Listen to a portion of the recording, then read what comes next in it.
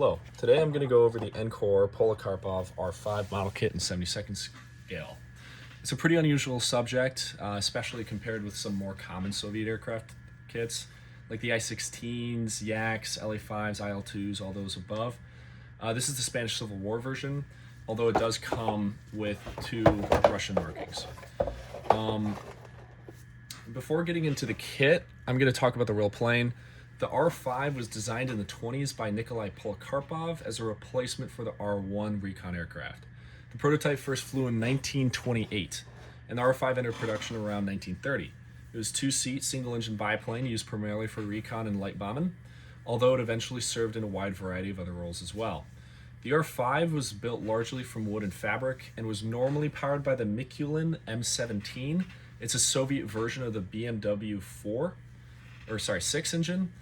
Several thousand R-5s and related variants were produced, making it one of the Soviet Union's most important military aircraft during the interwar period. It was used by the Soviets and a bunch of other foreign operators, including the Spanish.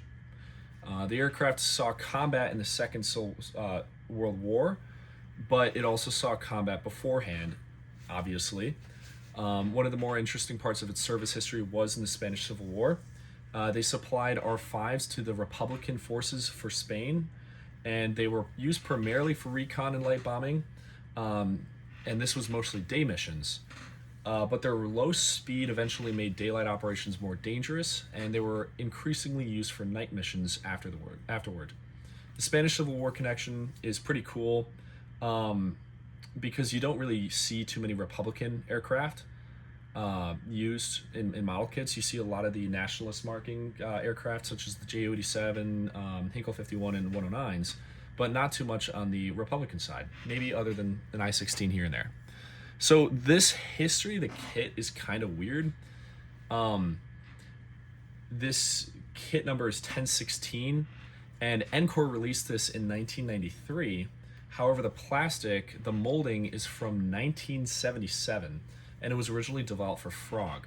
They cataloged it, but their operations ended before it became a normal release. So the tooling later appeared through Soviet and Russian manufacturers before Encore eventually reboxed it in the 1990s. So that means the molds were about 16 years old when Encore released this boxing in 1993. And today the tooling is nearly 50 years old. I think that history is pretty important when you're judging a kit like this, because when you pick it up, it doesn't look too old, but this is nearly 50 years old. This is an ancient kit. So going into the details of the kit and the insides, the instruction manual starts off pretty neat. It shows you the entire, every single piece that you're working with. So there's only 2 sprues. In step 1, you're doing a lot. You're assembling the interior, the fuselage, the cockpit, and you're also putting the propeller hubs together. Step 2, you're working on the tail section and the landing gear. Step 3 is finishing up the tail section and adding some detail work. Wow, so detailed. And then step 4 is finishing up the wings. On the back, it shows you your paint schemes and the box art again. So this one is for the light transport. So this is about the late 30s, I believe, before the Soviets got into even the Winter War. The second option is for another Red Army use in the mid-30s. And the third option, which I will be building, is a Republican R-5. And this is a little bit more colorful, but it's also a lot easier to just completely paint on. Going into the actual sprues, actually, I'll do the decals first. The decals are pretty simple. I mean, if you're doing the Russian version, you have these the stars. I am definitely going to paint this on, and I believe that blue is a little off. It's going to be a little annoying to paint on the RR-21s for the Republican aircraft, but so be it. If you wanted to, this would not be horrible to put on a piece of like a tape and then mask it out and then use that as a stencil. These, I don't know if you can easily see it, the carrier film is kind of large.